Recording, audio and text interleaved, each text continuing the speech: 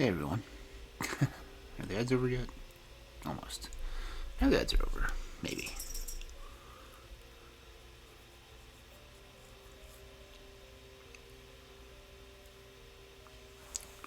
Yeah, the curse of the Colonel thing, it's just hilarious. It's like, you don't throw Colonel Sanders in the river and expect good luck to happen afterwards. Why am I so freaking tall right now?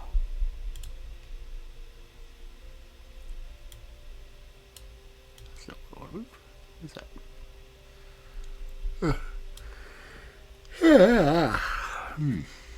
It's sleepy. I blame it on the weather.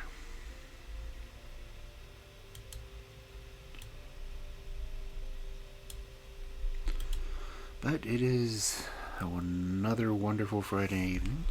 I hope all of you had a good week. If not, I hope you get a better week next week.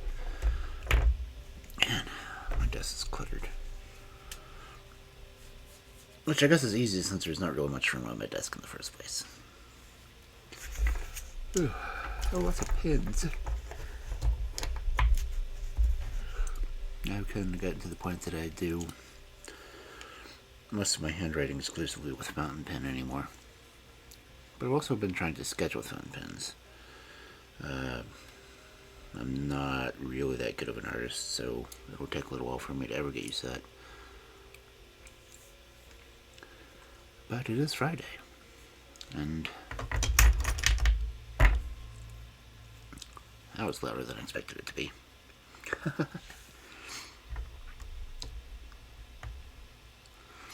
I love that I'm just now getting all the email announcements saying that I'm live. Kel did it 5 or 6 minutes ago. I'm just now getting it.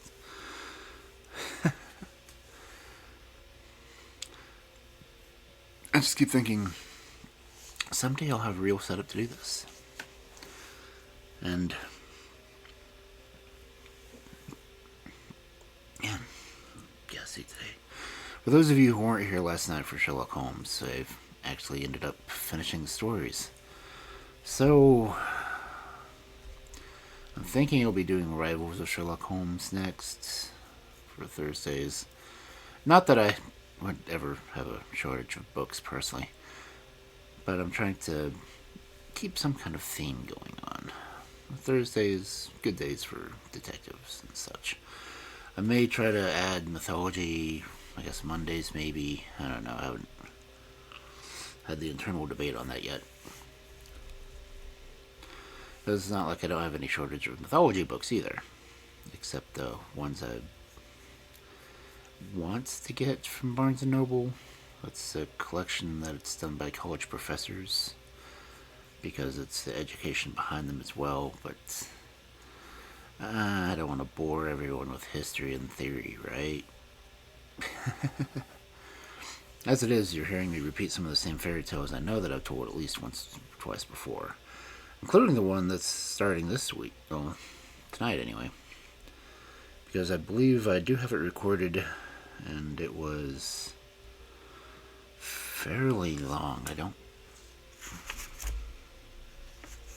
see what this one is. How many pages? Search 81.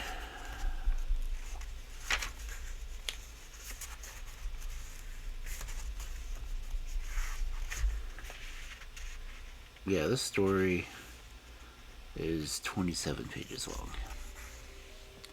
And a wild watchhog, which I don't think I've ever caught before.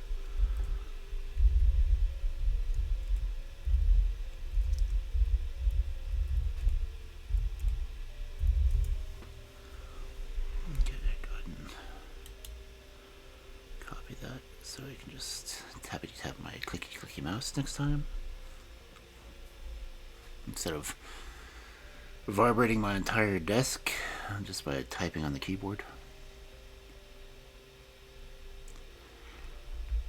But again, I hope everyone had a good week, and if not, I hope you have a better week, and at least have a good weekend. And don't forget, the eclipse is next week.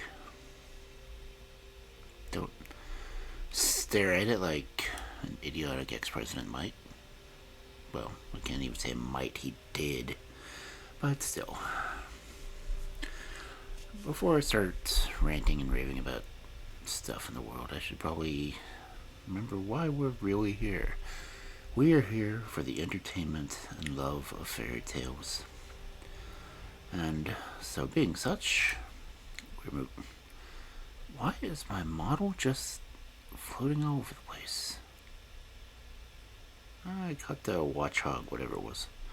That's good to know. Okay. This... I guess I changed my position on the main screen. Maybe that's what's going on. Yeah. Sound alerts still, unfortunately, are not working. And it's like none of them were working. My blurb wasn't working, my sound alerts weren't working, my monster TTS wasn't working, and I just can't figure out why.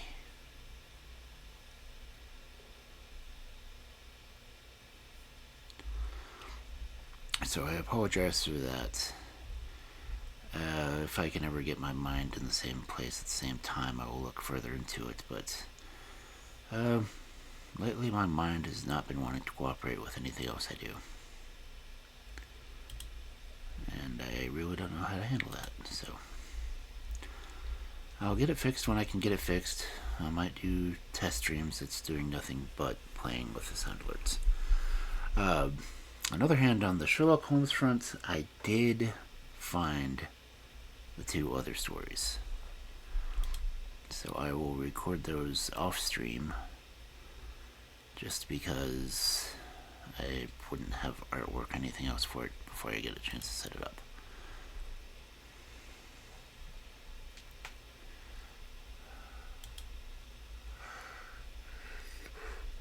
Yeah. Again, excuse me for yawning. It's been a long day. But it is 9:07. Not quite time that I'd start into the stories.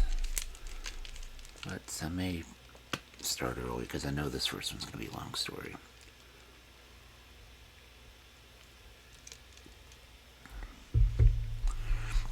Because I don't think this one has a whole lot of illustration to it. I have, as I said, I've read it before. It's kind of curious how any translation differences are going to be on this one compared to the other one I read. But we will find that out as soon as we get to it. Give me one more moment.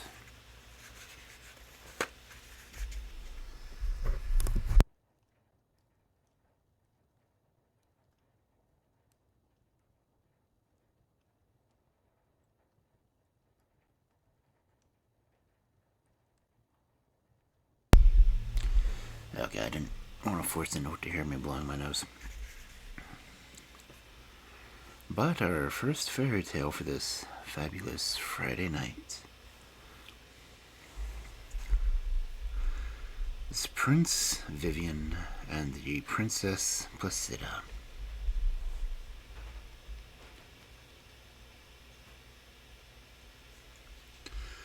Once upon a time there lived a king and queen who lived one another dearly. Indeed, the queen, whose name was Saturina, was so lovely and so kind-hearted that it would have been a wonder if her husband had not been fond of her, while King Gridlin himself was not a perfect bundle of good qualities. For the fairy who presided at the christening had summoned the shades of all his ancestors, and taken something good from each of them to form his character. Unfortunately, though, she had given him rather too much kindness of heart, which is a thing that generally gets its possessor into trouble. But so far things had prospered with King Gridlin. However, it was not to be expected such good fortune could last, and before very long the queen had a lovely little daughter who was named Placida. Now the king, who thought that if she resembled her mother in face and mind, she would need no other gift, never troubled to ask any of the fairies to her christening. And, as expected, this offended them dearly, so that they resolved to punish him severely for thus depriving them of their rights. So, to the despair of King Gridlin, the queen first of all became very ill, and then disappeared altogether. If it had not been for the little princess, there is no saying what would have become of him. He was so miserable, but there she was to brighten him up. And luckily the good fairy Lilette, in spite of all that had passed, was willing to come and take charge of her, and of her little cousin Prince Vivien, who was an orphan and had been placed under the care of his uncle King Gridlin when he was quite a baby. Although she neglected nothing that could possibly have been done for them, their characters, as they grew up, plainly proved that education alone only softens down natural defects, but cannot entirely do away with them. For Placida, who was perfectly lovely, with such a capacity for intelligence which enabled her to learn and understand anything that presented itself, was at the same time as lazy and indifferent as it was possible for anyone to be. While Vivien, on the contrary, was only too lively, and was forever taking up some new thing and promptly tiring of it, and flying off to do something else which held his fickle fancy for an equally short time. As these two children would possibly inherit the kingdom, it was natural that their people should take a great interest in them, and it fell out that all the tranquil and peace-loving citizens desired that Placida should one day be their queen, while the rash and quarrelsome hoped things for Vivien. Such a division of ideas seemed to promise civil war and all kinds of troubles to the state, and even in the palace the two parties frequently came in collision. As for the children themselves, though they were well too brought up to quarrel, still the difference in their tastes and feelings made it impossible for them to like one another, so there seemed no chance of their ever consenting to be married, which was a pity, since that was the only thing that would have satisfied both parties. Prince Vivien was fully aware of the feeling in his favor, and being too honorable to wish to injure his pretty cousin, and perhaps too impatient and volatile to think of seriously about anything, he swiftly took into the head that he would go off on a search for adventure. Luckily, this idea occurred to him when he was on horseback, for he certainly would have set out on foot rather than lose an instant. As it was, he simply turned his head's horse without another thought than that of getting out of the kingdom as soon as possible. This abrupt departure was a great blow to the state, especially as no one had any idea what had become of the prince. Even King Gridlin, who had never cared for anything since the disappearance of Queen Saturina, was roused by this new loss, and though he could not so much look at Princess Placida without shedding a flood of tears, he resolved to see for himself what talents and capabilities she showed. He very soon found out that in addition to her natural indolence, she was being as much indulged and spoilt day by day as if the fairy had been her grandmother, and was obliged to remonstrate very seriously upon the subject. Lilette took his reproaches meekly, and promised faithfully that she would not encourage the princess in her idleness and indifference any more. From this moment, poor Placida's troubles began. She was actually expected to choose her own dresses, to take care of her own jewels, and to find her own amusements. But rather than take so much trouble, she wore the same old frock from morning till night, and never appeared in public if she could possibly avoid it. However, this was not all. King Gridlin insisted that the affairs of the kingdom should be explained to her, and that she should attend all the councils and give her opinion on the matter in hand whenever it was asked of her, and this made her life such a burden to her that she implored Lilette to take her away from the country where too much was required of the unhappy princess. The fairy refused at first with a great show of firmness, but who could resist the tears and entreaties of anyone so pretty as Placida? It came to this end that she transported the princess just as she was, cozily tucked up upon her favorite couch, to her own grotto. And this new disappearance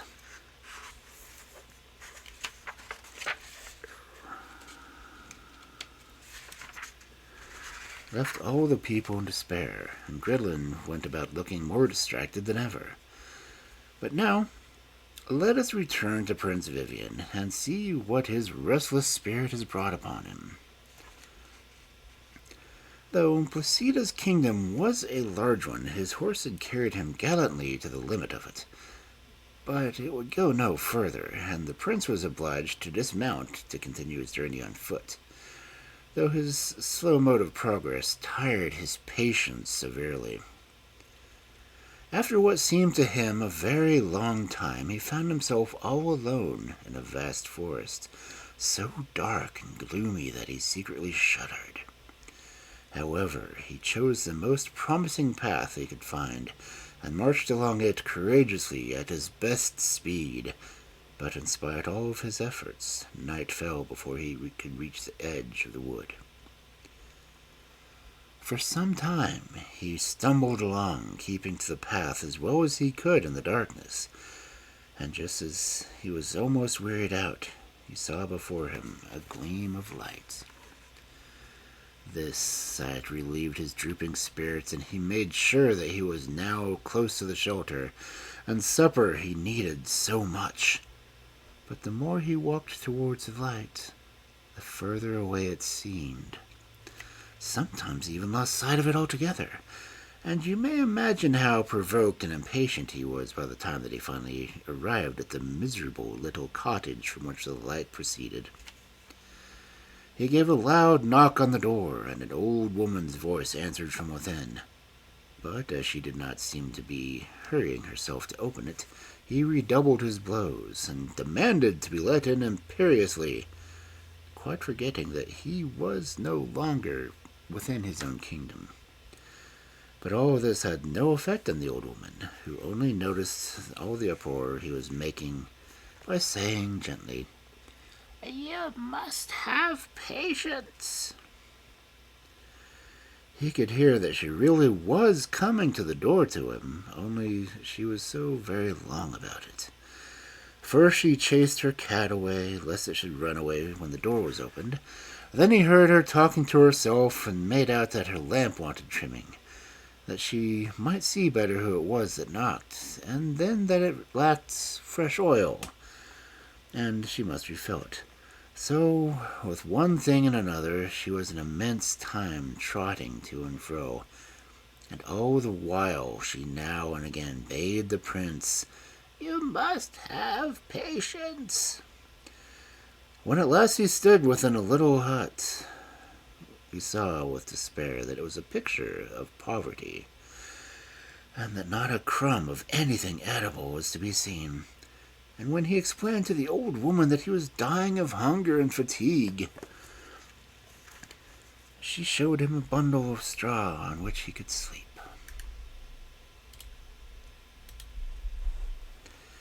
"But what can I have to eat?" cried the Prince Vivien sharply. "Wait a little," she replied.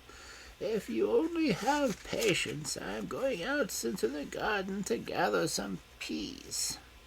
We shall shell them at our leisure, and then I will light a fire and cook them, and when they are thoroughly done, we can enjoy them peaceably. There is no hurry." "I shall have died of starvation by the time all this is done," said the prince ruefully.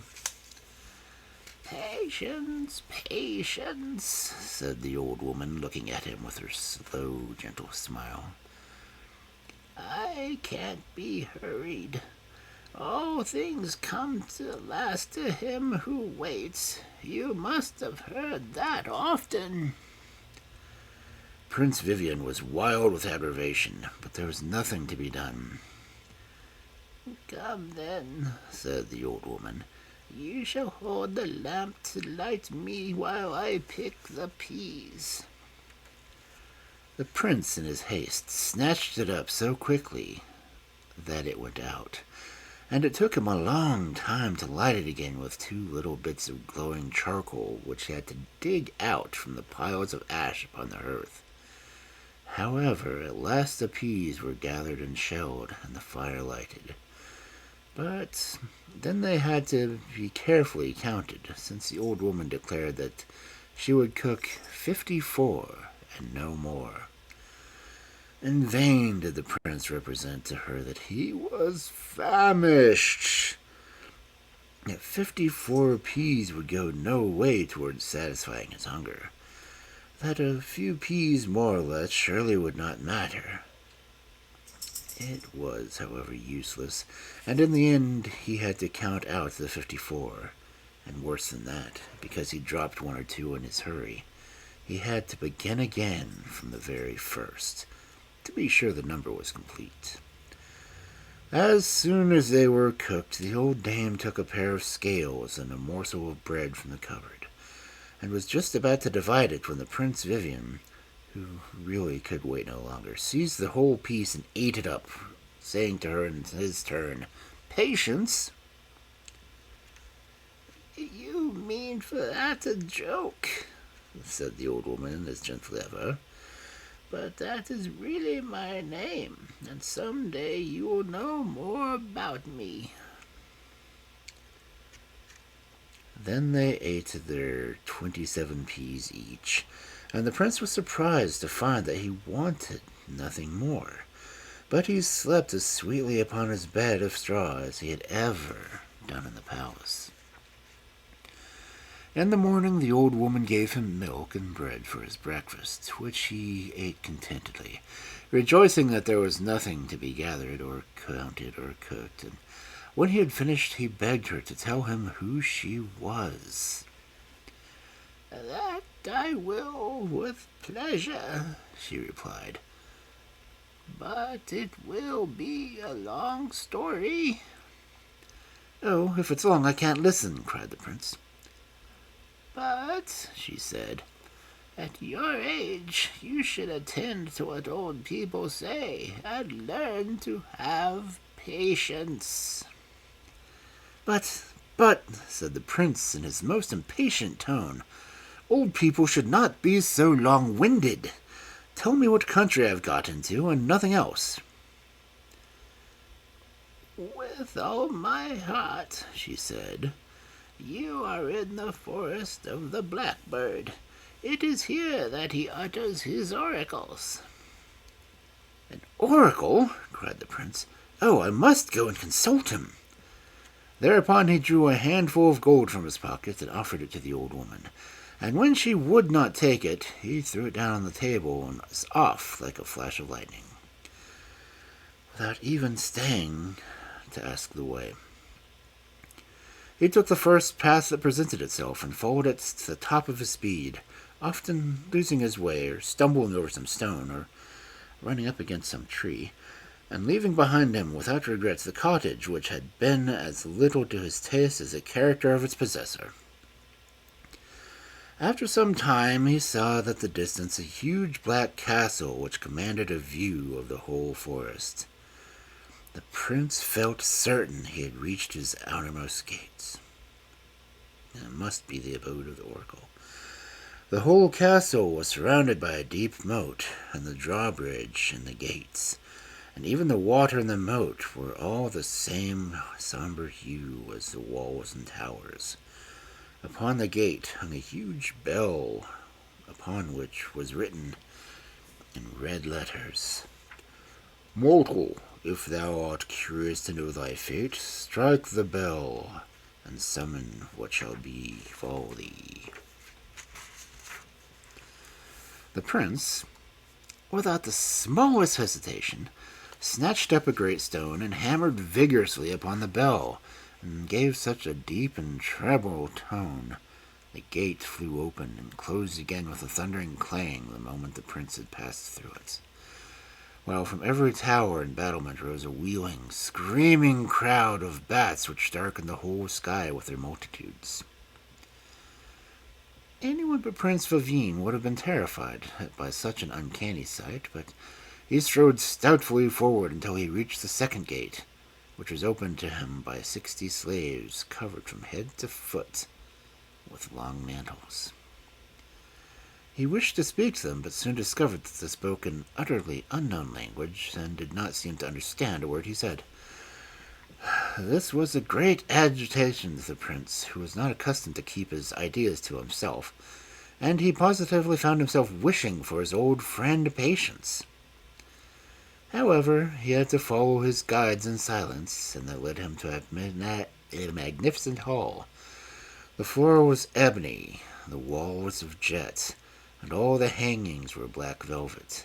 But the prince looked round in vain for something to eat, and then made signs that he was hungry. In the same manner he was respectively given to understand that he must wait, and after several hours 60 hooded and shrouded figures reappeared, and conducted him with great ceremony, and also very, very slowly, to a banqueting hall, where they had all placed themselves at a long table. The dishes were arranged down the center of it, and with the usual impetuosity, the prince seized the one that stood in front of him to draw it nearer, but soon found that it was firmly fixed to the table. Then he looked at his solemn and lugubrious neighbors, and saw that each of them was supplied with a long, hollow reed, through which he slowly sucked up his portion. And the prince was obliged to do the same, though he found it frighteningly tedious to process. After supper, they returned as they had come to the ebony room.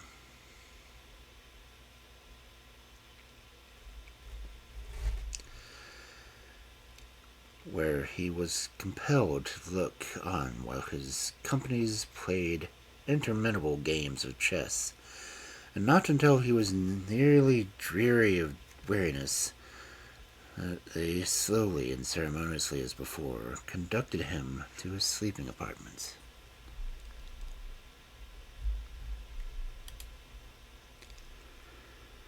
The hope of consulting the oracle woke him very early the next morning, and at his demand he was allowed to present himself before it. But without replying, his attendants conducted him to a large marble bath, very shallow at one end and quite deep at the other, and gave him to understand that he was to go into it. The prince, being loath, was for springing at once into the deep water, but he was gently forcibly held back and not allowed to stand where it was about an inch deep. And he was nearly wild with impatience when he found that this process was to be repeated every day in spite of all he could do or say, the water rising higher and higher by inches, so that for 60 days he had to live in perpetual silence, ceremoniously conducted to and fro, supping all his meals through a long reed, and looking on at innumerable games of chess, the game of all others which he detested the most. But at last the water rose as high as his chin, and his bath was complete. And that day the slaves in their black robes, and each having a large bat perched upon his head, marched in slow procession with the prince in their midst, chanting a melancholy song to the iron gate that led into a kind of temple. At the sound of their chanting, another band of slaves appeared and took possession of the very unhappy Vivien. They looked to him exactly like the ones he had left, except that they moved more slowly still, and each one held a raven upon his wrist, and their harsh croakings re-echoed through the dismal place. Holding the prince by the arms, not so much to do him honor as to restrain his impatience, they proceeded by slow degrees up the steps of the temple, and when they at least reached the top, he thought his long waiting must be at an end.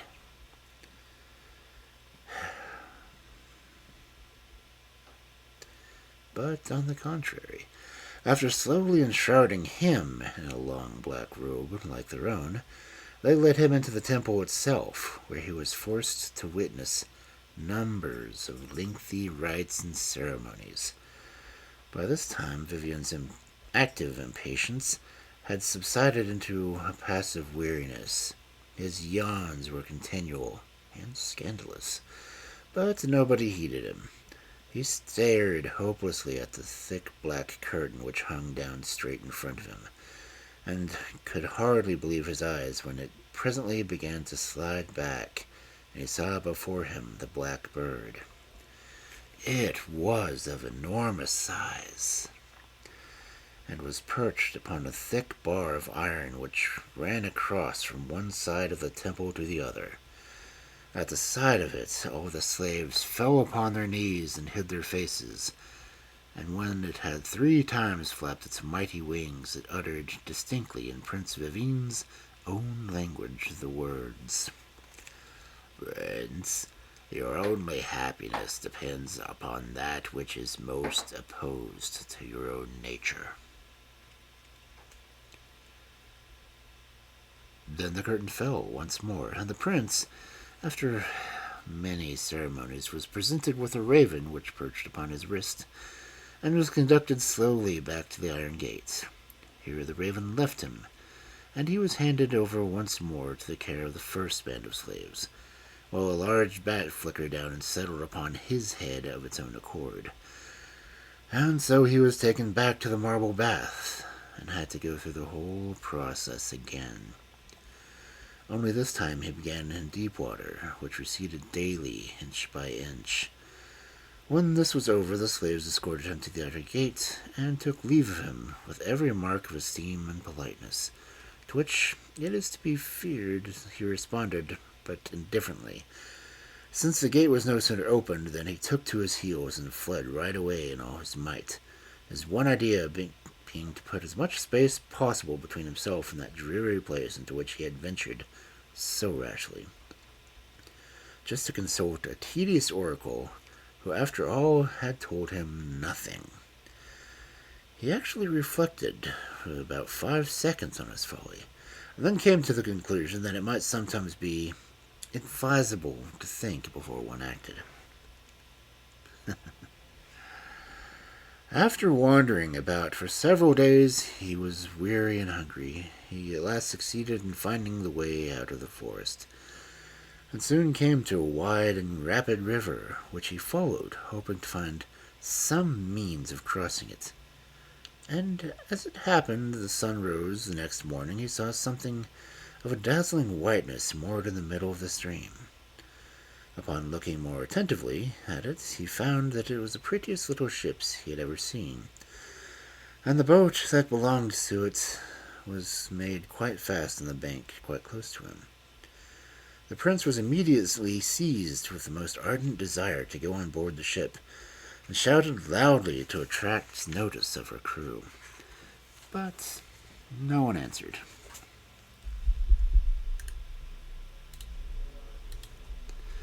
So he sprang into the little boat and rowed away very quickly, finding it at all hard work. But for the boat was made of all white paper, and was as light as a rose leaf.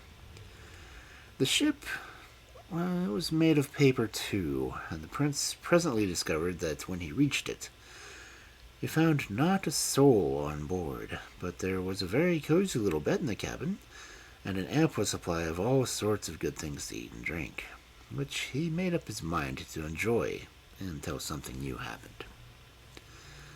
Having been thoroughly well brought up at the court of King Gridlin, of course he understood the art of navigation, but when once he had started, The current carried the vessel down at such a pace that before he knew where he was, the prince found himself out at sea.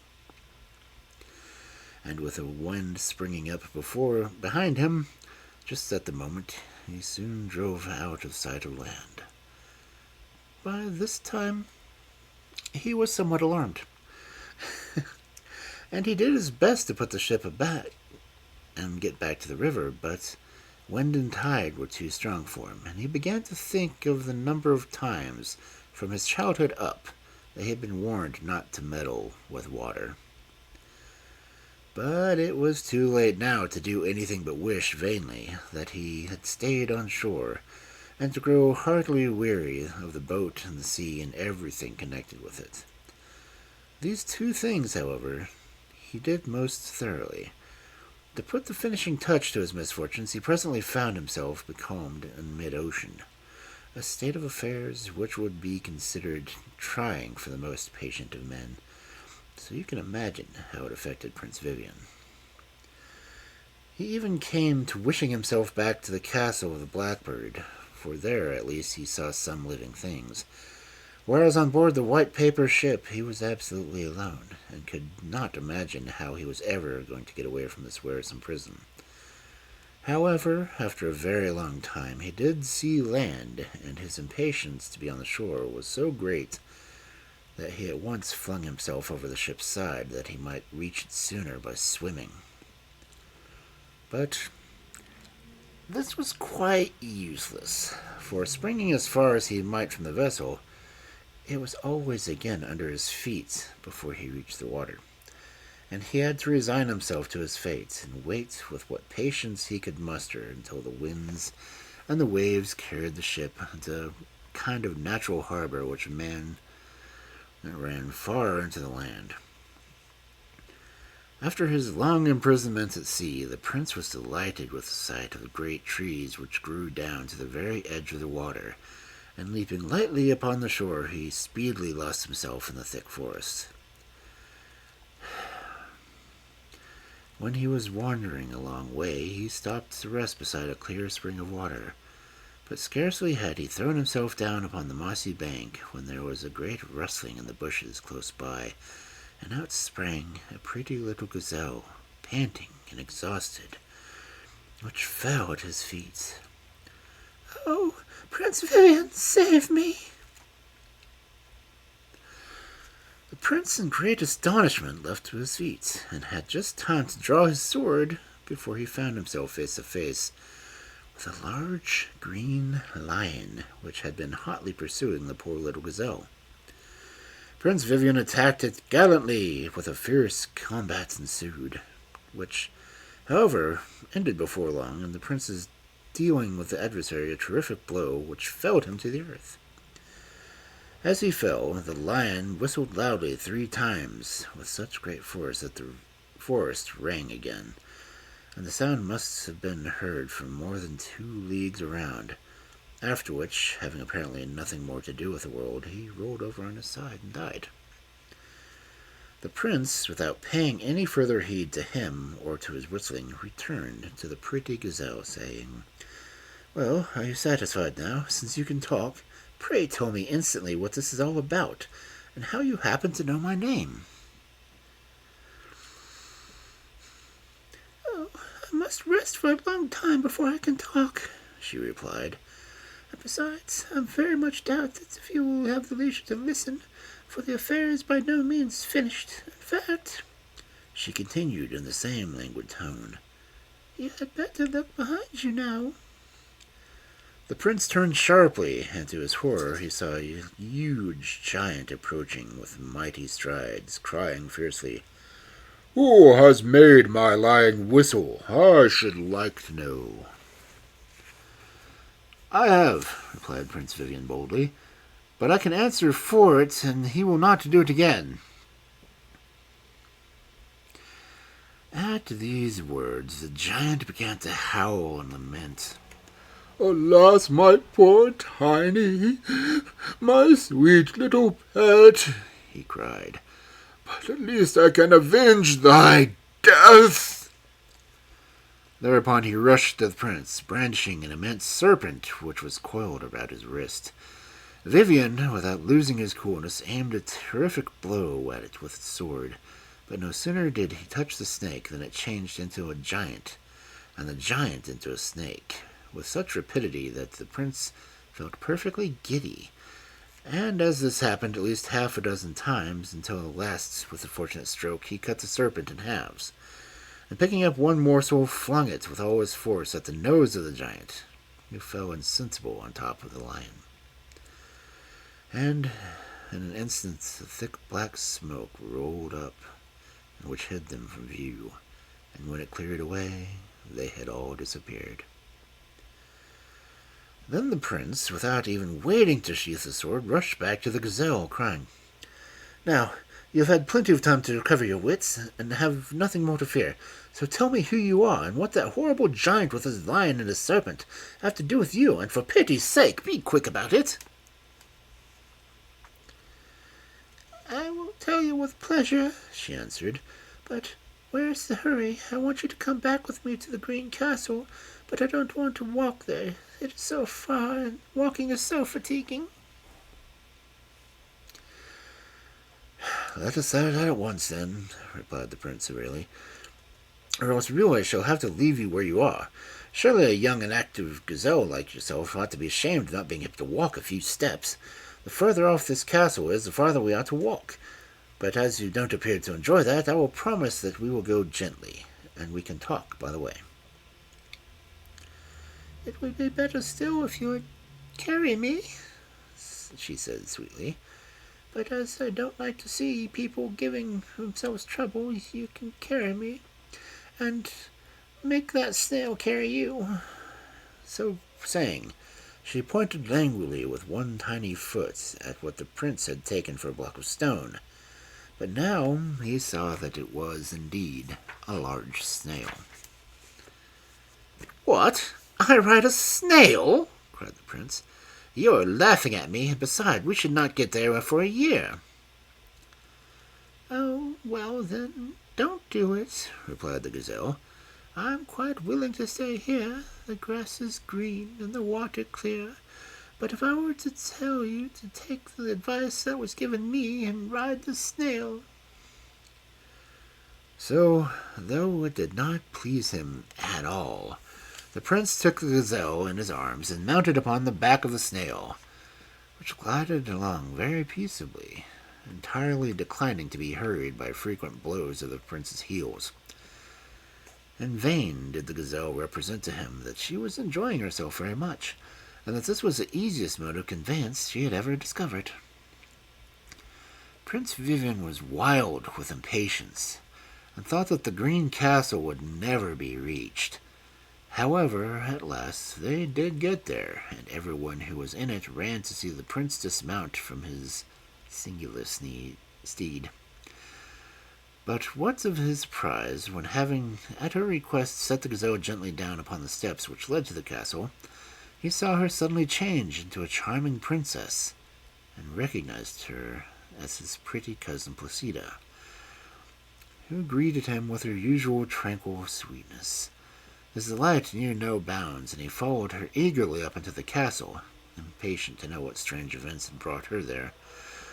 But after all, he had to wait for the princess's story, for the inhabitants of the Green Land, hearing the giant was dead, ran to offer the kingdom to its vanquisher, and Prince Vivien had to listen to various complimentary harangues, which took a great deal of time, though he cut them short as politeness allowed, if not shorter. But at last he was free to rejoin Placida, who at once began the story of her adventures.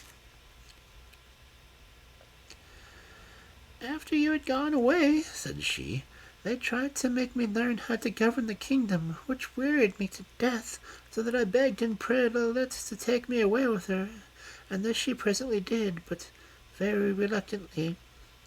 However, having been transported to a grotto upon my favorite couch, I spent several delicious days soothing by the soft green light, which was the beech wood in the spring, and the murmuring of bees and the tinkle of falling water.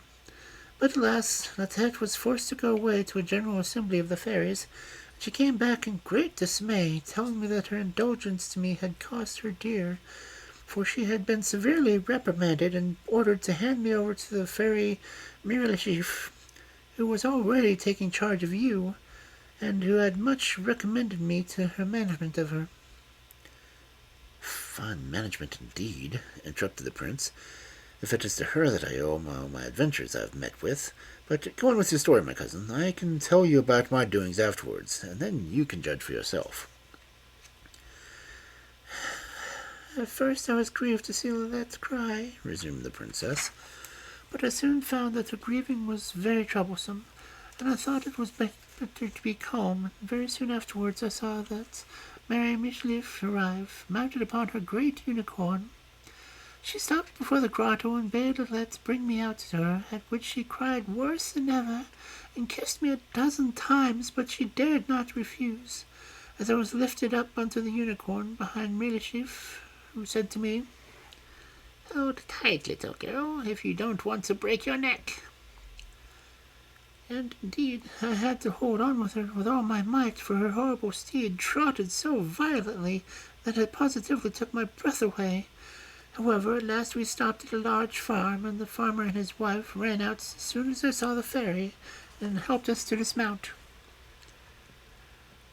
I really knew that they were king and queen. The fairies were punishing for their ignorance and idleness.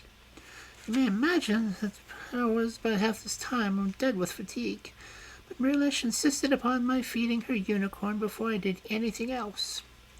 To accomplish this, I had to climb up a long ladder into the hayloft and bring down one after another 24 handfuls of hay. Never before did I have to do such wearisome task. It makes me shudder to think of it now, and that was not all.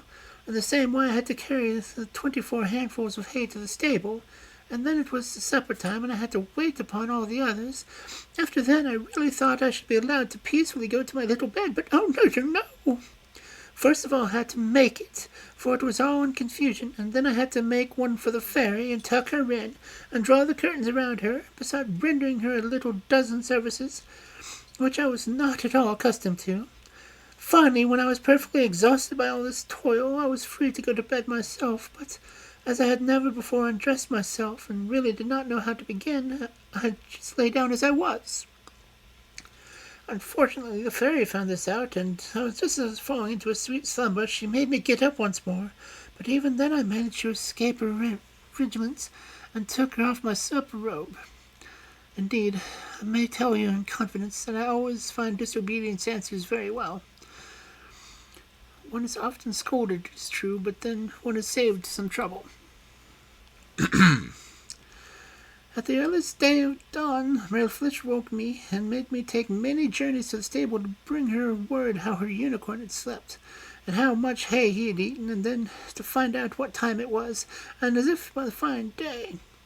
I was so slow and did my errand so badly that before she left she called the king and queen and said to them, "I am much more pleased with you this year. Continue to make the best of your farm, and if you wish to go back to your kingdom, and also take this little princess for me, and teach her to be useful, that when I come I may find her cured of her faults. If she is not—" There she broke off with a significant look, and mounting the enemy of the unicorn, speedily disappeared. And then the king and queen turned to me and asked me what I could do. "Nothing at all, I assure you," I replied in a tone which really ought to have convinced them, but they went on to describe various employments, and tried to discover which of them would most be to my taste. However, at last I persuaded them that to do nothing whatsoever would be the only thing that would suit me, and that if they really wanted to be kind to me, they would let me go to bed and sleep, and not tease me about doing anything. Lazy Princess.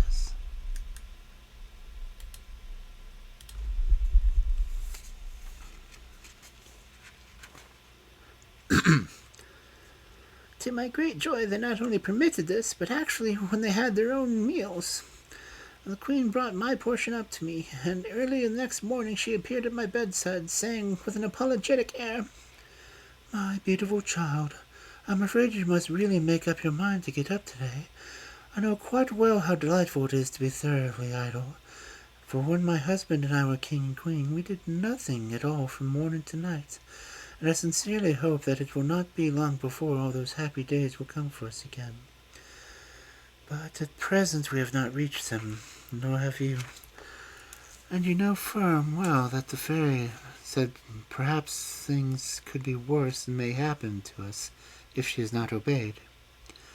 Make haste, I beg of you, and come down to breakfast, for I have to put some delicious cream for you. It really was very tiresome, but there was no help for it, and I went down. But the instant breakfast was over, they began to cry their cuckoo cry of, "What will you do?" In vain I answer, "Nothing at all, if you please, madam." The queen at last gave me a spindle and about 4 pounds of hemp upon a distaff, and sent me out to keep the sheep, assuring me that she could not have a pleasanter occupation, and that I could take my ease as much as I pleased. I was forced to set out, very unwillingly, you imagine, but I had not walked far before I came to a shady bank in what seemed to me a charming place. I stretched myself most costly upon the soft grass, and with a bundle of hemp for a pillow, I slept as tranquilly as if there were no such things as sheep in the world, while they were, for their part, wandering hither and thither at their own sweet will, as if there was no such thing as a shepherdess, invading every field and browsing upon every kind of forbidden dainty, until the peasants, alarmed by the havoc they were making, raised a clamour, which at last reached the ears of the king and queen, who ran out, and seeing the cause of the commotion, hastily collected their flock, and indeed the sooner the better, since they had to pay for all the damage they had done.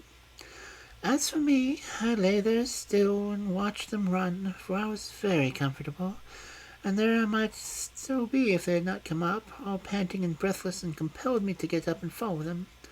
They also reproached me bitterly, but I need hardly tell you that they did not again entrust me with the flock.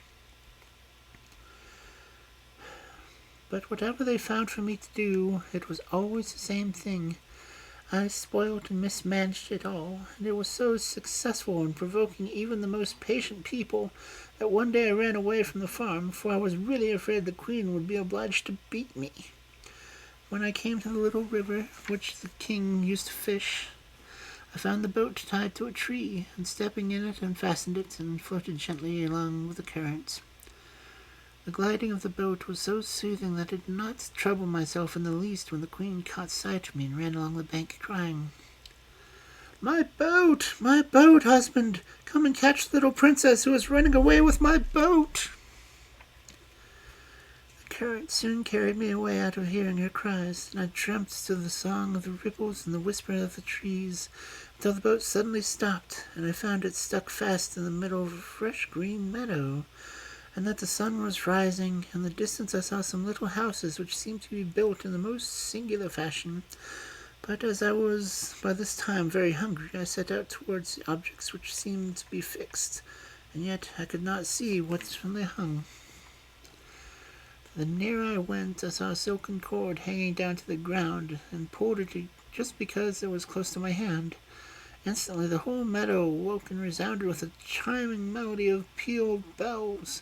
They sounded so pretty that I sat down to listen, and to watch them as they swung shining in the sunbeams. Before they ceased to sound came a great flight of birds, and each one perching upon a bell added its charming song to the concert. As they ended, I looked up and saw a tall and stately dame advancing towards me, surrounded and followed by a vast flock of every kind of bird. "Who are you, little girl?" said she. "Who dares to come where I allow no mortal to live, lest my birds should be disturbed? Still, if you are clever at anything," she added, "I might be able to put you up with your patience." "Madam," I answered, rising, "you may be very sure that I shall not do anything to alarm your birds. I only beg you, for pity's sake, to give me something to eat." "I will do that," she replied, "before I send you to where you deserve to go." And thereupon she dispatched 6 jays, who were her pages, to fetch me all sorts of biscuits, and some of the birds brought ripe fruits. In fact, I had a delicious breakfast, though I do not like to be waited upon so quickly. It is so disagreeable to be hurried. I began to think that I should very well like to stay in this pleasant country, and so I said to the stately lady, but she answered with the greatest disdain, "Do you think I would keep you here? You? Why, what do you suppose you would be any good of you in this country, where everybody is wide awake and busy? No, no, I have shown you all the hospitality you will get from me." With these words, he turned and gave a vigorous pull to the silken rope which I had mentioned before, but instead of a melodious chime, there arose a hideous clanging which quite terrified me. In an instant a huge blackbird appeared, which alighted at the fairy's feet, saying in a frightful voice, "What do you want me to do, my sister?" "I wish you to take this little princess to my cousin, the giant of the green castle, at once," she replied, "and beg him from me to make her work day and night upon this beautiful tapestry." At these words the great bird snatched me up, regardless of my cries, and flew off at a terrific pace. "Oh, are you joking, cousin?" interrupted Prince Vivien. "You mean as slowly as possible. I know a horrible blackbird, and the lengthiness of it all in its proceedings are its surroundings." "Have it your own way," replied Placida tranquilly. "I cannot bear arguing. Perhaps this is not the same bird. At any rate, he carried me off at a prestigious speed, and set me down gently at this very castle of which you are now the master. We entered in by one of the windows, and when the bird had handed me over to the giant, from whom you have been good enough to deliver me, and given the fairy my message, it departed. Then the giant turned to me, saying, "So, you are an idler. Well, we must teach you to work. You won't be the first we have cured of laziness, but see how easy all my guests are." I looked up as it spoke, and saw a great immense gallery, and ran all around the hall, in which there were tapestries, frames, spindles, skeins of wool, patterns, and all necessary things. Before each frame about a dozen people were sitting hard at work, at which a terrible sight I fainted away, and as soon as I recovered they began to ask me what I should do. It was in vain that I replied before, and with the strongest desire to be taken at my word, "Nothing at all." The giant only said, "Then you must learn to do something. In this world there's enough work for everybody." It appeared that they were working on a tapestry of all the stories the fairies liked best, and they began to try to teach me to help them, but from the first class, where they all tried me to begin with, I sank lower and lower. Not even the most simple stitches could I learn. In vain they pushed me by all the usual methods. In vain the giant showed me his menagerie, which was entirely composed of children who would not work. Nothing did me any good, and at last I was reduced to drawing water for the dyeing of the wools, and even over that I was so slow that this morning the giant flew into a rage and changed me into a gazelle. He was just putting me to the menagerie when I happened to catch sight of a dog, and was seized with such terror that I flew away at my utmost speed and escaped through the outer court of the castle. The giant, fearing that I should be lost altogether, set his green lion after me, with orders to bring me back, cost what it might, and I should certainly have let myself be caught, or eaten up, or anything rather than to run further, if I had not luckily met you by the fountain, and, oh," concluded the princess, "how delightful it is once more to be able to sit still in peace. I was so tired of trying to learn things." Prince Vivien, for that part, had been kept a great deal too still, and had not found it at all amusing, and then he recounted all his adventures with breathless rapidity. How he had taken shelter with the Dame Patience, and how he consulted the oracle, and how he voyaged on the paper ship, And then they went hand in hand to release all the prisoners in the castle, and all the princess and princesses who were in cages of the menagerie. For the instant the green giant was dead, they had all resumed their natural forms. As you may imagine, they were all very grateful, and Princess Placida entreated them never, never to do a stitch of work as long as they lived. And they promptly made a great bonfire in the courtyard, and solemnly burnt all the embroidery frames and spindle wheels. Then the princess gave them splendid presents, or rather sat by while Prince Vivien gave them out. And there were great rejoicings in the Green Castle, and everyone did his best to please the prince and princess. But with all their good intentions, they often made mistakes, for Vivien and Placida were never of one mind about their plans, so it was all very confusing, and they frequently found themselves obeying the prince's orders very, very slowly, and rushing off with lightning speed to do something that the princess did not wish to have done at all, until by and by the two cousins took consulting with and consoling one another of all these little vexations, and at last came to be so fond of each other that, for Placida's sake, Vivien became quite patient, and for Vivien's sake, Placida made the most unheard of exertions. But now the two fairies, who had been watching all of the proceedings with interest, thought it was time to interfere and ascertain by further trials if this improvement was likely to continue, and if they really loved one another.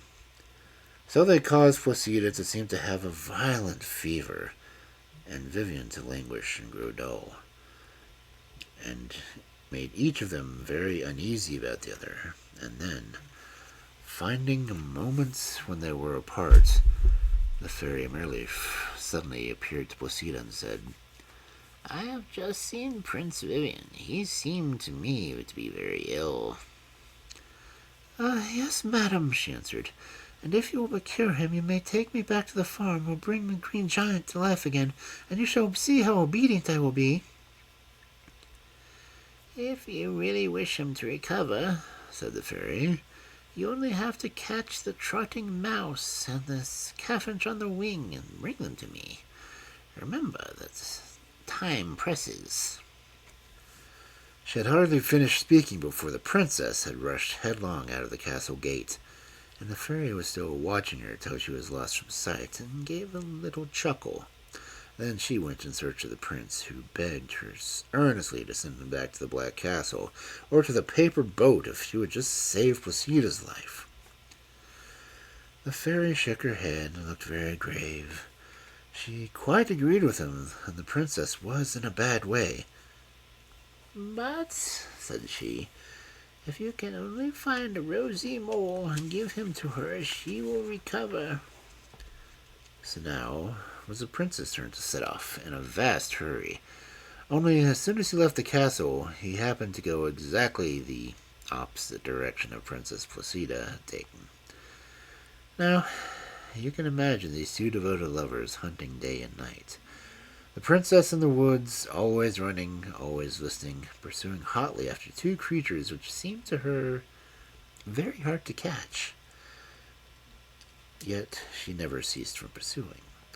The prince, on the other hand, wandering continuously from meadows, his eyes fixed upon the ground, attentive to every movement among the moles. He was forced to walk slowly, slowly on tiptoe, hardly venturing to breathe. Often he stood on hours, motionless as a statue, and if the desire to succeed could have helped him, he would have soon have possessed the rosy mole. But, alas, all that he caught were black and ordinary, though, strange to say, he never grew impatient, but always seemed ready to begin the tedious hunt again. But this changing of character is one of the most ordinary miracles which love works. Neither the prince nor the princess gave a thought to anything but their quest. It never occurred to them to wonder what country they had reached, so you may guess how astonished they were that one day, when having at last been successful after their long and weary chases, they cried out at the same instant, At last I have saved my beloved!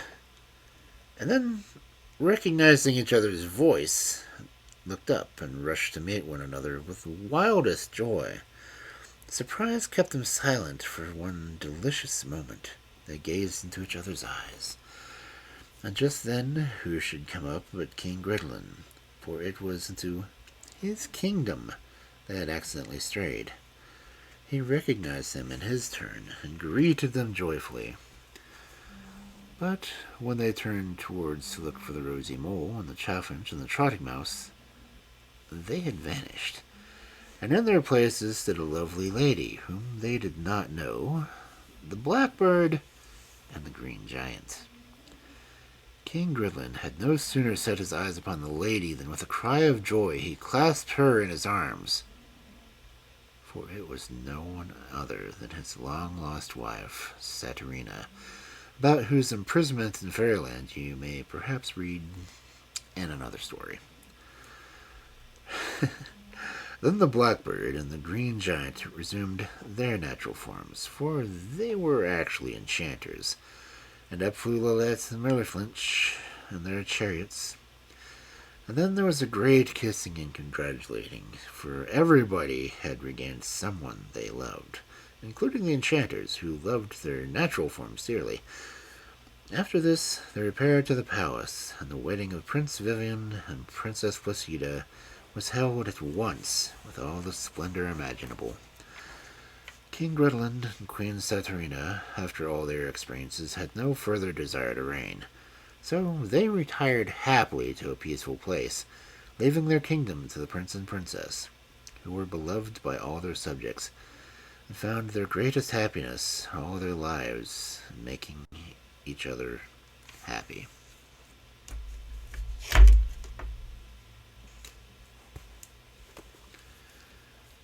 Well, I hate it when pages of my book stick together, because then I just have to hesitate while I'm reading. It doesn't happen often, but it's has happened.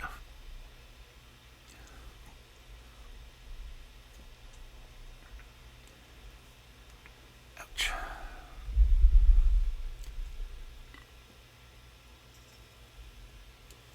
And again, that story seemed to take me an hour.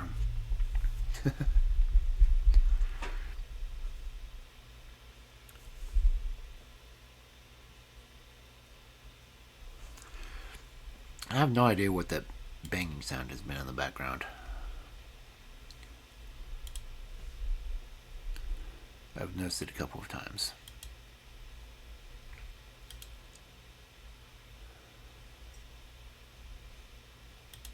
What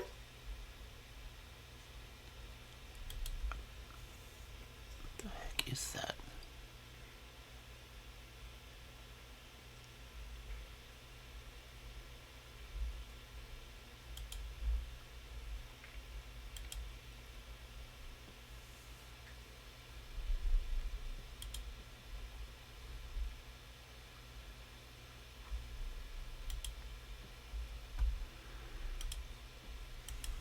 Everyone's streaming right now.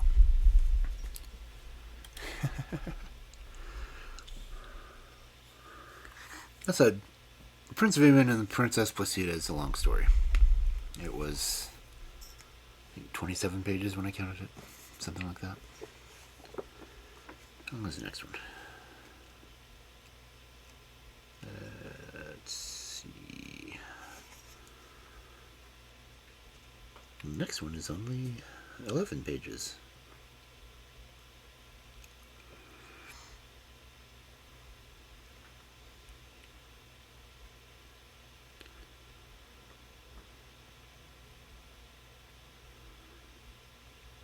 So 11-page story, and after that I'll get a 4-page story, or maybe a 3-page story, I don't know. Okay, I will try to get at least 2 more stories done tonight. Sound good? Yes, no, maybe so.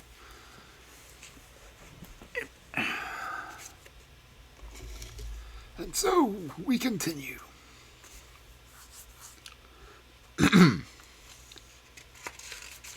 Pages are always sticking on this one. The downside about having newer books as opposed to older ones. Anyway, our second story for the night. Little One Eye, Little Two Eyes, and Little Three Eyes.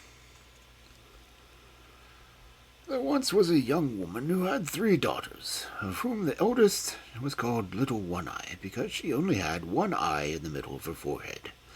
The second, Little Two Eyes, because she had 2 eyes like normal people. And the youngest, Little Three Eyes, because, you guessed, she had 3 eyes, and her 3rd eye was also in the middle of her forehead. But because Little Two Eyes did not look any different from other children, her sisters and mother could not bear her. They would say to her, "You with your 2 eyes are no better than the common folk. You don't belong to us." They pushed her hair and threw her wretched clothes there, and gave her to eat only what they had left, and they were as unkind to her as they ever could be. It happened one day that Little Two Eyes had to go out to the field to take care of a goat, but she was quite hungry because her sisters had given her so little to eat. So she sat down in the meadow and began to cry, and she cried so much that 2 little brooks ran out of her eyes. But when she looked up at once, in her grief, there stood a woman beside her who asked, "Little Blue Eyes, what are you crying for?" Little Two Eyes answered, "Have I not reason to cry? Because I have 2 eyes like other people. My sisters and my mother cannot bear me. They push me out of one corner into another, and give me nothing to eat except what I leave. Today they have given me so little that I am still quite hungry." Then the wise woman said, "Little Two Eyes, dry your eyes, and I will tell you something that you need never be hungry again. Only say to your goat, 'Little goat, bleat, little table appear.' And a beautifully spread table will stand before you, with the most delicious food on it, so that you can eat as much as you want.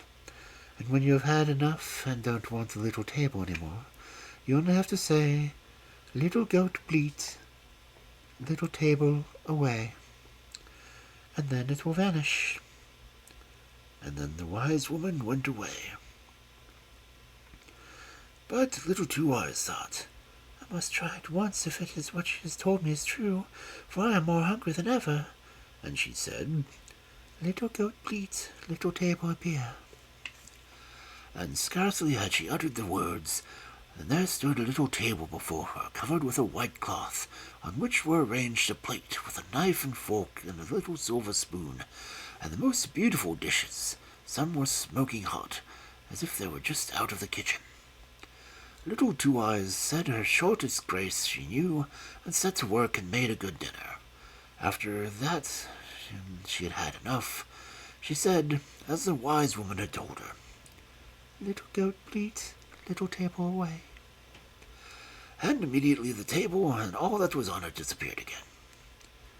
"That is a splendid way of housekeeping," thought Little Two Eyes, and she was quite happy and content. In the evening, when she went home with her goat, she found a little earthen dish with the food that her sisters had thrown to her, but she did not touch it. The next day she went out again with her goat, and left the few scraps which were given her. First and second times her sisters did not notice this, but when it happened continually, they remarked it, and said, "Something's the matter with Little Blue Two Eyes, for she always leaves her food now, and she used to gobble up all that was given her. She must have found another means of getting food." So, in order to find the truth, Little One Eye was told to go out with Little Two Eyes, when she drove her goat to the pasture, to notice particularly what she'd got there, and whether anyone brought her food or drink. Now, when Little Two Eyes was setting out, Little One Eye came up to her and said, "I will go out to the field with you, and see if you take good care of the goat, and if you drive him properly to eat grass." But Little Two Eyes saw that what Little One Eye had on her mind, and she drove the goat into the long grass and said, "Come, Little One Eye, we will sit down here, and I will sing you something." Little One Eye sat down, and as soon as she was much tired by the long walk to which she was not used to, And by the hot day, and his little two eyes went on singing. Little one eye, are you awake? Little one eye, are you asleep? And she shut her one eye and fell asleep. When little two eyes saw that little one eye was asleep and could find out nothing, she said, Little goat bleat, little table appear. And sat down at her table and ate and drank as much as she wanted. Then she said again, Little goat bleat, little table away. And in the twinkling of an eye all had vanished. Little Two Eyes then woke Little One Eye and said, Little One Eye, you meant to watch, and instead you went to sleep. In the meantime the goat might run far and wide. Come, we will go home. And so they went home, and Little Two Eyes again left Little in her dish untouched. And Little One Eye couldn't tell her mother what she would not eat, and said as an excuse, I was so sleepy out of doors. The next day the mother said to Little Three Eyes, This time you will go with Little Two Eyes and watch whether she eats anything out in the fields, and whether anyone brings her food or drink, for eat and drink she must secretly. So Little Three Eyes went with Little Two Eyes and said, I will go with you and see what good care of the goat, and if you drive him properly to the good grass. But then Little Two Eyes knew that Little Three Eyes had on her mind, and she drove the little goat out into the tall grass and said, We will sit down here, Little Three Eyes, and I will sing you something. Little Three Eyes sat down. She was tired by the walk and the hot day, and Little Two Eyes sang the same little song. Little Three Eyes, are you awake? But instead of singing as she ought to have done, Little Three Eyes, are you asleep? she sang without thinking. Little Two Eyes, are you asleep? And she went on singing. Little Three Eyes, are you awake? Little Two Eyes, are you asleep? And so that Two Eyes of Little Three Eyes fell asleep, but the third, which was not spoken to in the little rhyme, did not indeed fall asleep. Of course, Little Three Eyes shut that eye also out of cunning, and took as if she were asleep, but it was blinking and could see everything quite well. And then Little Two Eyes thought that the Little Three Eyes was sound asleep, and she said her rhyme. Little goat bleat, little table up here. And she ate and drank to her heart's content, and then made the table go away again by saying, Little goat bleat, little table away.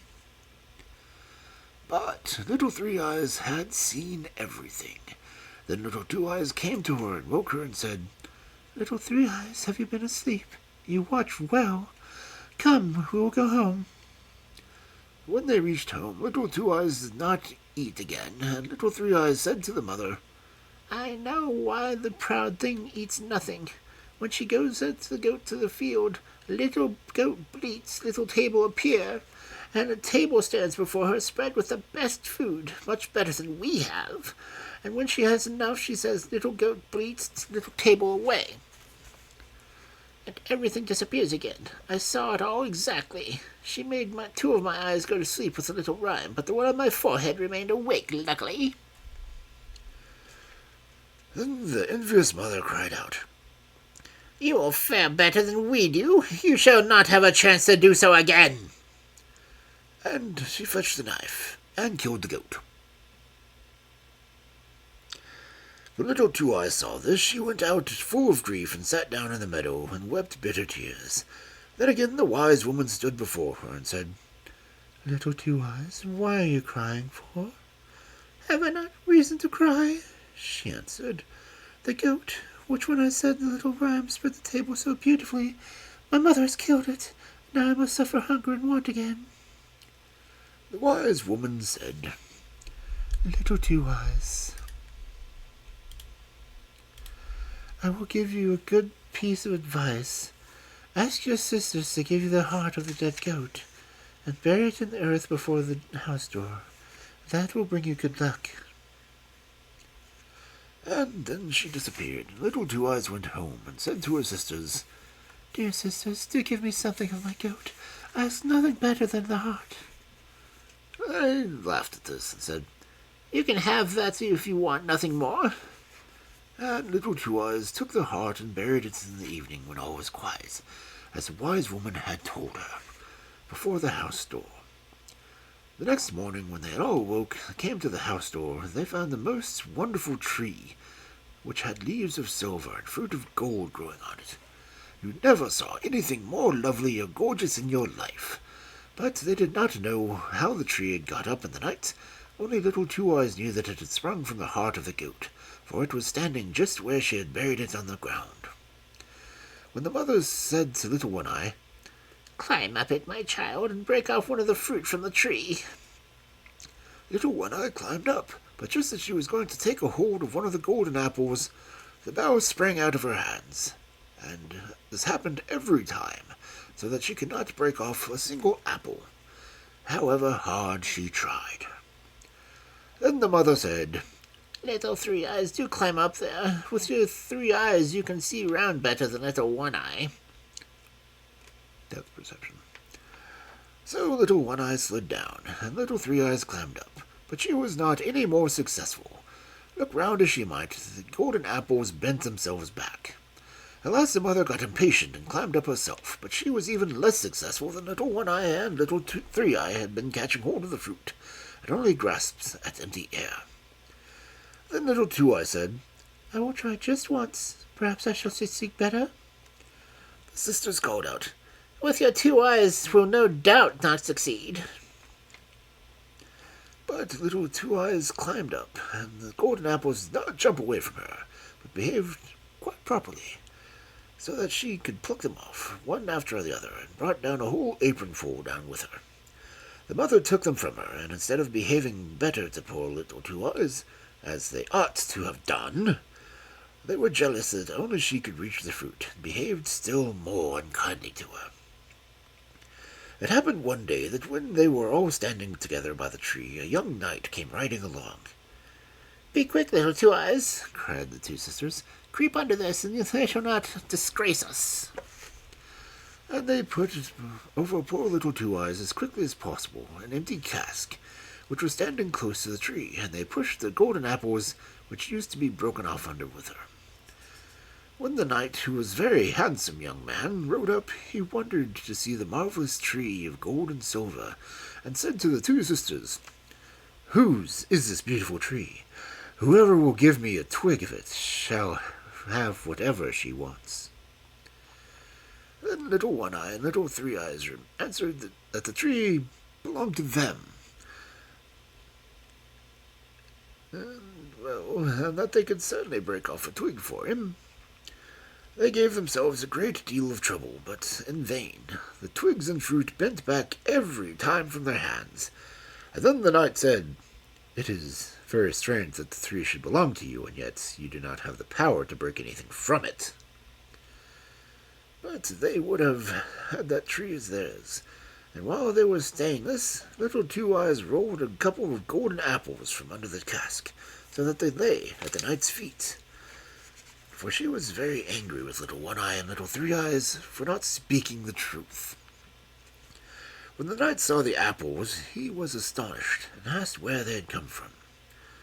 Little One Eye and Little Three Eyes answered that they had another sister, but she could not be seen because she only had 2 eyes like normal people. But the knight demanded to see her, and called out, Little Two Eyes, come forth. Then Little Two Eyes came out from under the cask quite happily, and the knight was astonished to see her great beauty, and said, Little Two Eyes, I am sure you can break off for me the twig from the tree. Yes, answered Little Two Eyes, I can, for the tree is mine.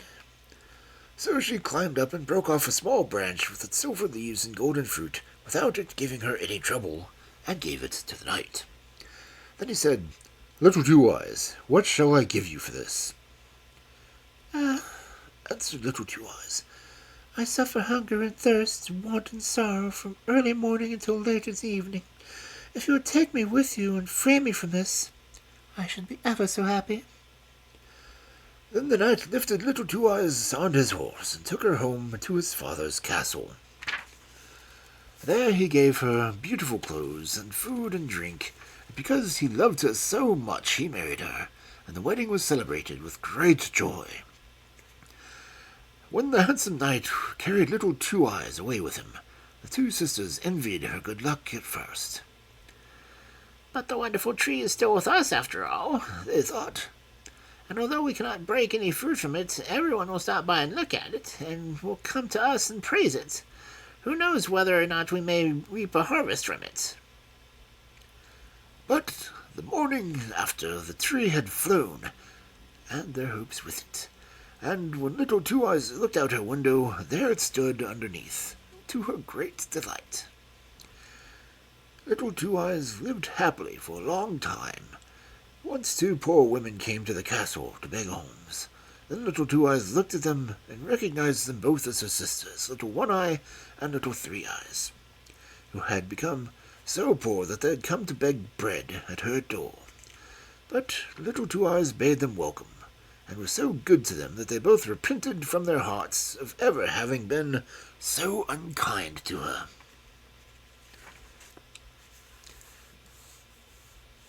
And no, I do not know why I returned to the Watson voice to read that story, but I do rather enjoy his voice.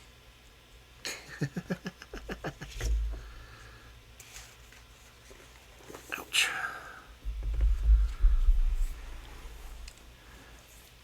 We don't want Little Two Eyes around us. She looks so ordinary.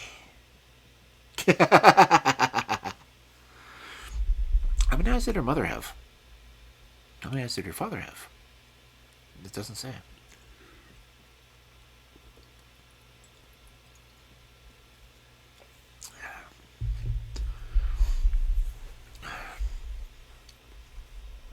I have no idea what these Pokemon I've been capturing are. I'm gonna look at them real quick. Now there's Rapidash. Colossal is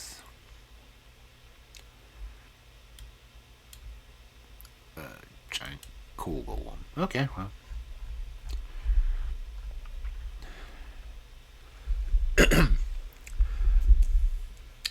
Let's see. Well, I don't have to worry about ads for another while.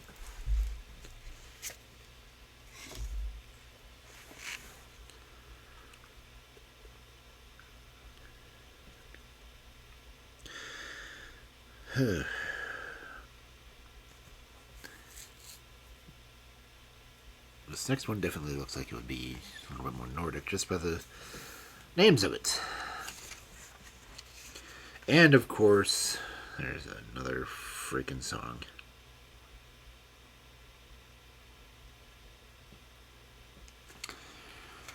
I really do apologize for the songs, but fairy tales do have songs.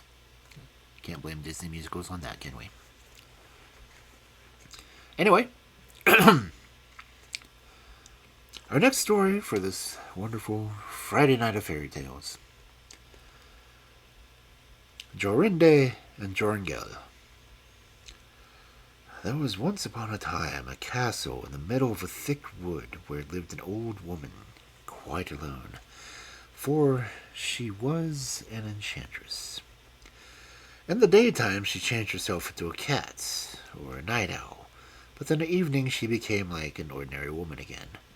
She could entice animals and birds to come to her, and then she would kill and cook them. If any youth came within 100 paces of the castle, he was obliged to stand still, and could not stir from the spot until she set him free. But if a pretty girl came within this boundary, the old enchantress changed her into a bird, and shut her up in a wicker cage, which she put in one of the rooms of her castle. She had quite 7,000 such cages in the castle with very rare birds in them. Now, there was once a maiden called Jorinde, who was more beautiful than other maidens, and she had a youth named Joringel, who was just as good looking as she was, and they were betrothed to one another. Their greatest delight was to be together, and so that they might get a good long talk, they went one evening for a walk in the woods. "Take care," said Joringel, "not to come too close to the castle."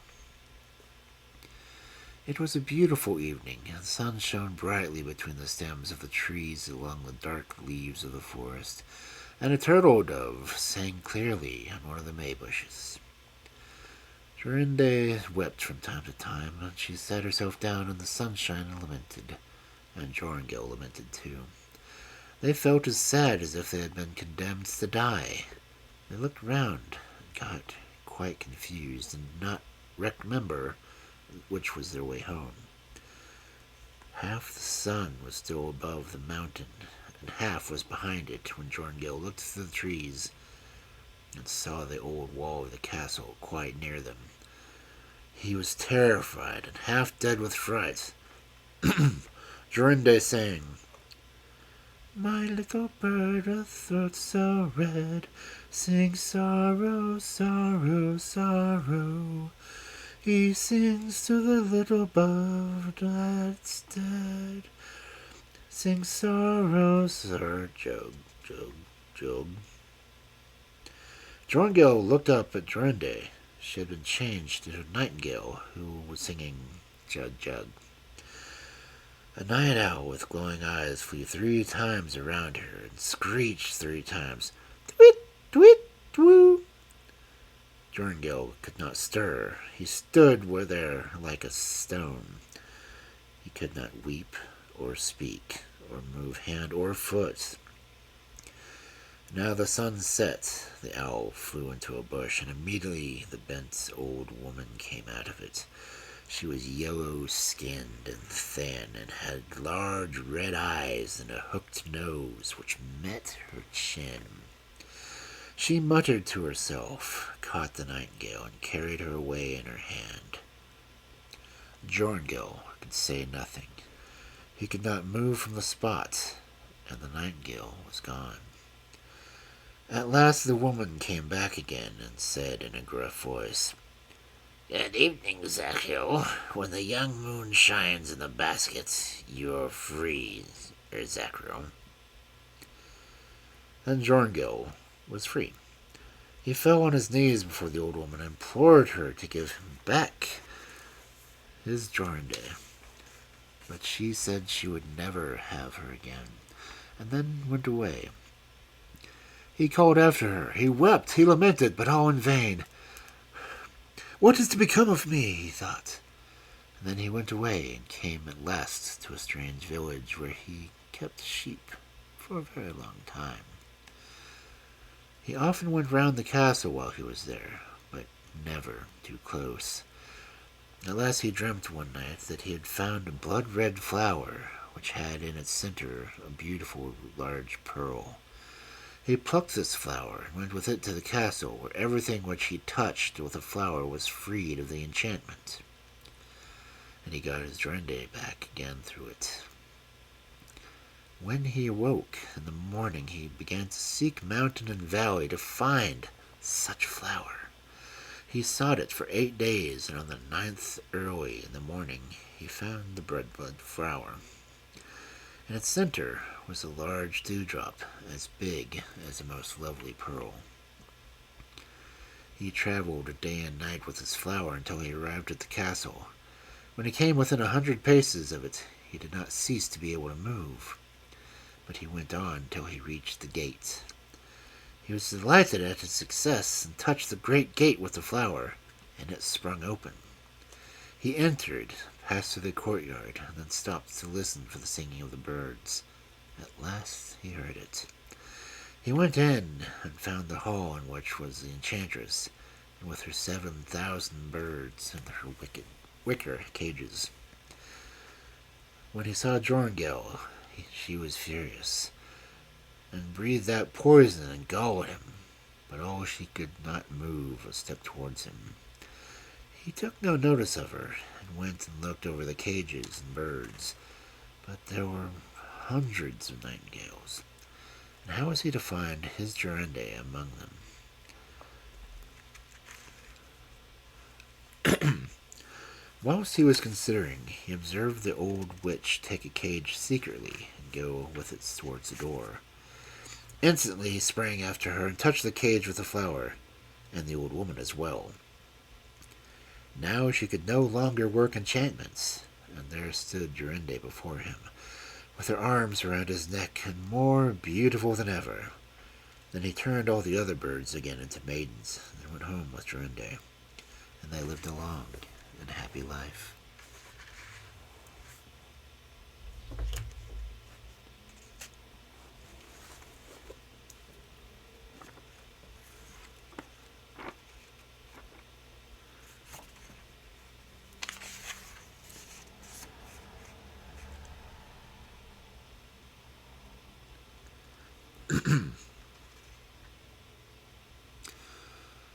So, do I add a fourth? It's only 7 pages.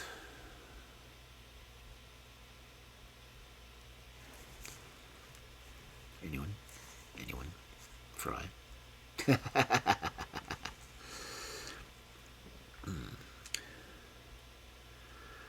Allerleirauh. Allerleirauh. Love these names.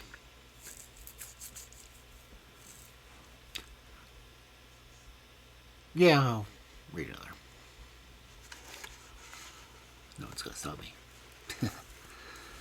Except maybe OBS if it decides to crash again on me, like it did like last night. Speaking of which, by the time this stream is over, the Sherlock Holmes story from last night should be available on YouTube. If anyone missed it and wants to watch. So, our fourth story for the evening. Allerleirauh, or the Many-Furred Creature. There was once upon a time a king who had a wife with golden hair, and she was so beautiful that you couldn't find anyone like her in the world. It happened that she fell ill, and when she felt that she must soon die, she sent for the king and said, "If you want to marry after my death, make no one queen unless she is just as beautiful as I am, and has just such golden hair as I have. Promise me this."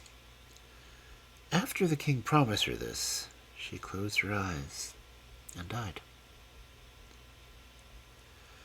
For a long time the king was not to be comforted, and he did not even think about taking a second wife. At last his counselor said, "The king must marry again so that we may have a queen." So messengers were sent far and wide to seek for a bride equal to that of the late queen in beauty. But there was no one in the wide world, and if there had been, she could not have had such golden hair.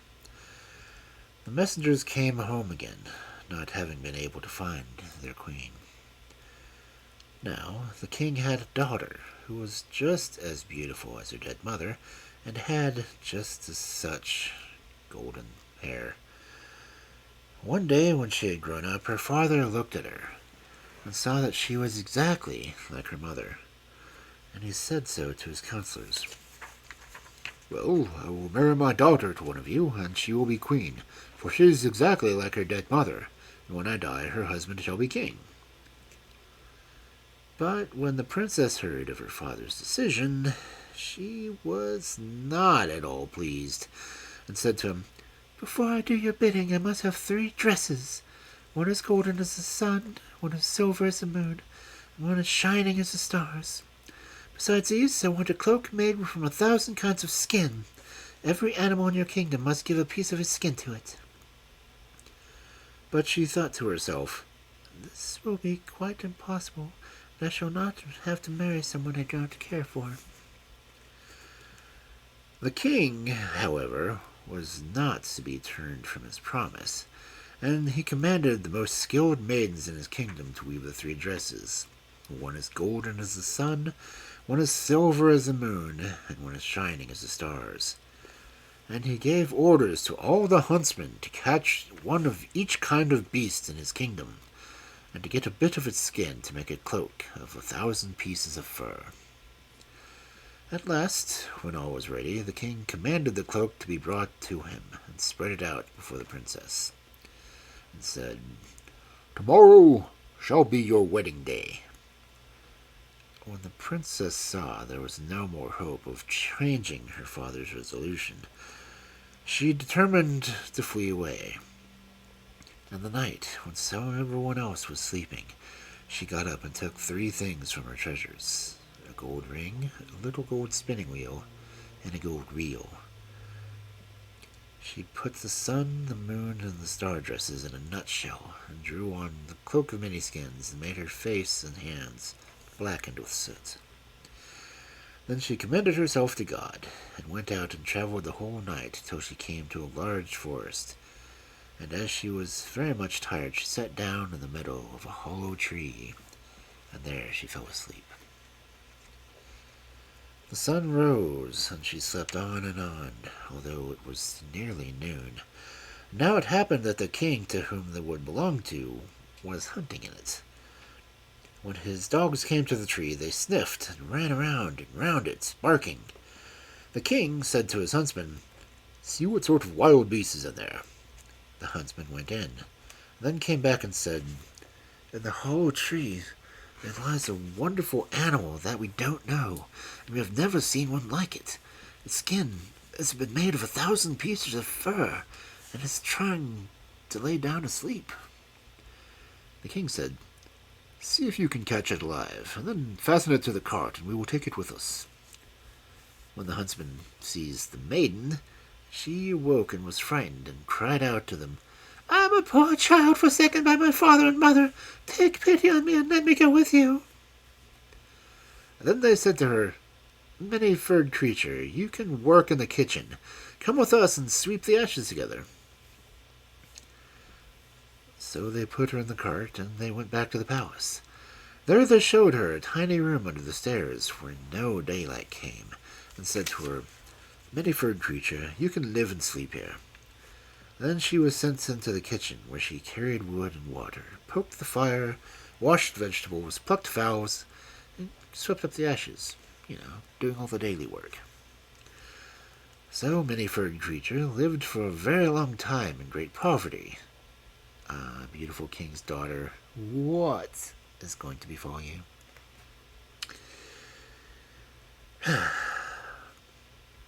It happened once, when a great feast was being held in the palace, that she said to the cook, "Can I go upstairs for a little bit and look on? I will stand outside the doors." And the cook replied, Yes, you can go up, but in half an hour you must back down here to sweep up the ashes." Then she took her little oil lamp and hid in her little room, and drew off her fur cloak, washed off the soot from her face and hands and feet, and with a beauty shone forth once again, and it was as if one sunbeam after another coming back out of the black cloud. Then she opened the nut and took out the dress as golden as the sun, and when she had done this, she went up to the feast, and everyone stepped out of her way, for no one knew her, and they thought she must be a king's daughter. But the king came towards her and gave her his hand and danced with her, thinking to himself, "My eyes have never beheld anyone so fair." And when the dance was ended, she curtsied to him, and when the king looked around, she disappeared, no one knew where. The guards who were standing before the palace were called and questioned, but no one had seen her leave. She had run to her little room and had quickly taken off her dress and made her face and hands black and put on the fur, and was once more the many-furred creature. When she came into the kitchen and was setting about her work, sweeping the ashes together, the cook said to her, "Oh, let that wait until tomorrow. Just cook the king's soup for me. I want to have a little peep at the company upstairs. But be sure that you don't let the fare fall into it, otherwise you will get nothing to eat in the furniture." So the cook went away, and Many-furred creature cooked the soup for the king. She made a bread soup as well as she possibly could, and when it was done, she fetched her gold ring out of her little room, and laid it in the tureen in which the soup was to be served up. When the dance was ended, the king had his soup brought to him and ate it, and it was so good that he thought he had never tasted such soup in his life. But when he came to the bottom of the dish, he saw the gold ring laying there, and he could not imagine how it had got in. Then he commanded the cook to be brought before him, and the cook was quite terrified to hear the demand, honestly, and said to the many-furred creature, "You must have let a hair fall into the soup, and if you have, you deserve a good beating."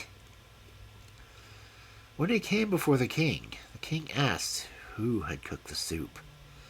The cook answered, "I cooked it." But the king said, "That's not true, for it is quite different and much better soup than you have ever cooked." Ouch. Then the cook said, "I must confess, I did not cook the soup. The many-furred creature did." "Let her be brought before me," said the king. When the many-furred creature came, the king asked her who she was. "I'm a poor child without father or mother." Then he asked her, "What do you do in my palace?" "I'm of no use except to have boots thrown at my head." "How did you get the ring which was in the soup?" he asked. "I know nothing at all about the ring," she answered. So the king could not find out anything, and was obliged to send her away. After a time, there was another feast, and many-furred creature begged the cook, as at the last one, to let her go and look on. He answered, "Yes, but come back in half an hour and cook the king the bread soup that he likes so much." So she ran back to her little room, washed herself quickly, took off the dress, and put on the dress of silver as the moon from the nuts. Then she went upstairs, looking just like a king's daughter. And the king came towards her, delighted to see her again, and as the dance had just begun, they danced together. But when the dance was ended, she disappeared again so quickly that the king could not see which way she had gone. She ran to her little room and changed herself once more into a many-furred creature, and went into the kitchen to cook the bread soup. When the cook went upstairs, she fetched her silver spinning wheel and put it in the dish, so that the soup was poured over it. It was brought to the king, who ate it and liked it as much as he had the last time. He had the cook sent for, and again he had to confess that many-furred creature had cooked the soup. Then the many-furred creature came before the king, but again she said that she was of no use except to have boots thrown at her head, and she knew nothing at all about a golden spinning wheel. Yeah. When the king had a feast for the third time, things did not turn out quite the same as the other two. The cook said, "You must be a witch, many-furred creature, for you always put something in the soup, so that it is so much better and nicer tasting than when I cook it." But because she begged hard, he let her go up for the usual time. Now she put on the dress as shining as the stars and stepped into the hall in it. The king danced again with the beautiful maiden, and thought she never looked more beautiful. And while he was dancing, he put the gold ring on her finger, seeing her without it. Well, without her seeing it anyway. And he commanded that the dance should last longer than usual. When it was finished, he wanted to keep her hands in his, but she broke from him and sprang so quickly away among the other people that she vanished from sight. She ran as fast as she could to get to her little room under the stairs, but because she had stayed too long beyond the half hour, she could not stop to take off the beautiful dress, but only threw the fur cloak over it. And in her haste, she did not make herself quite so black with the soot. One finger was still white. The many-furred creature now ran into the kitchen, cooked up the king's bread soup, and when the cook had gone, she laid the gold reel in the dish. When the king found the reel at the bottom, he had many-furred creature brought to him, and then he saw her white finger, and the ring which he had put on her hand during the dance. Then he took her hand and held it tightly, and as she was trying to get away, she undid the fur cloak a little bit, and the star dress shone out. The king seized the cloak and tore it off of her. Her golden hair came down, and she stood there in her full splendor, and could not hide herself away any more. And when the soot and ashes had been washed off of her face, she looked more beautiful than anyone in the world. But the king said, "You are my dear bride, and we shall never be separated from one another." So the wedding was celebrated, and they lived happily ever after.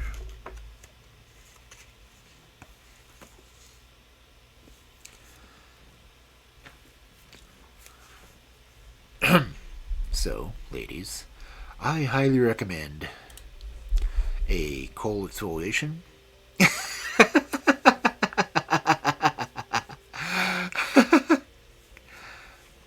I mean, think about it. Every time she'd apply the coal and wash it off, she would look even more beautiful. So, there's your health and beauty tip from Fairy Tales. And I'm kind of hungry for some bread soup now. But anyway, it's almost 11. So, my Sherlock Holmes story should be popping up on YouTube pretty soon. Oh, man. But let's figure out who to raid, because I know a lot of my friends have popped on since I started. Some of them were on before I started. Let me see who's going.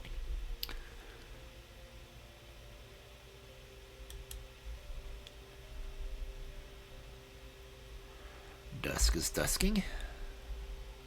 She's doing art.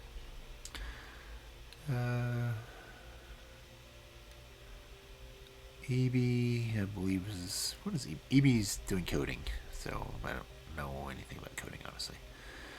I guess Papa Penguin's off. Yeah, Papa Penguin's been off already. Legacy's not doing anything. Lupin, I wish he could do a little bit more. Guilty, nope. Ascalon, not. Knights, Fable? Nope, she's not on either. Oni. What's Oni doing? Oni's doing democracy. He's playing Helldivers too. Democracy, fuck yeah. Okay. Oh. Anyone in my chat have a preference?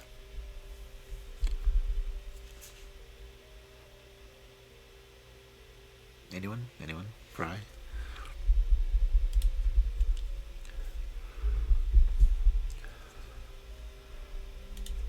I'm going to look real quick.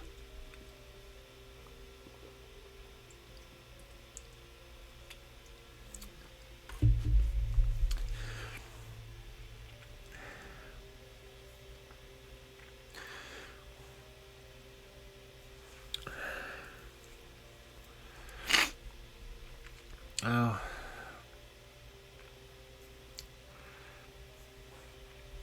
That says I'm unstable. Yes, go to congratulations on getting first. Yeah, Twitch is actually saying my connection is unstable. That's lovely.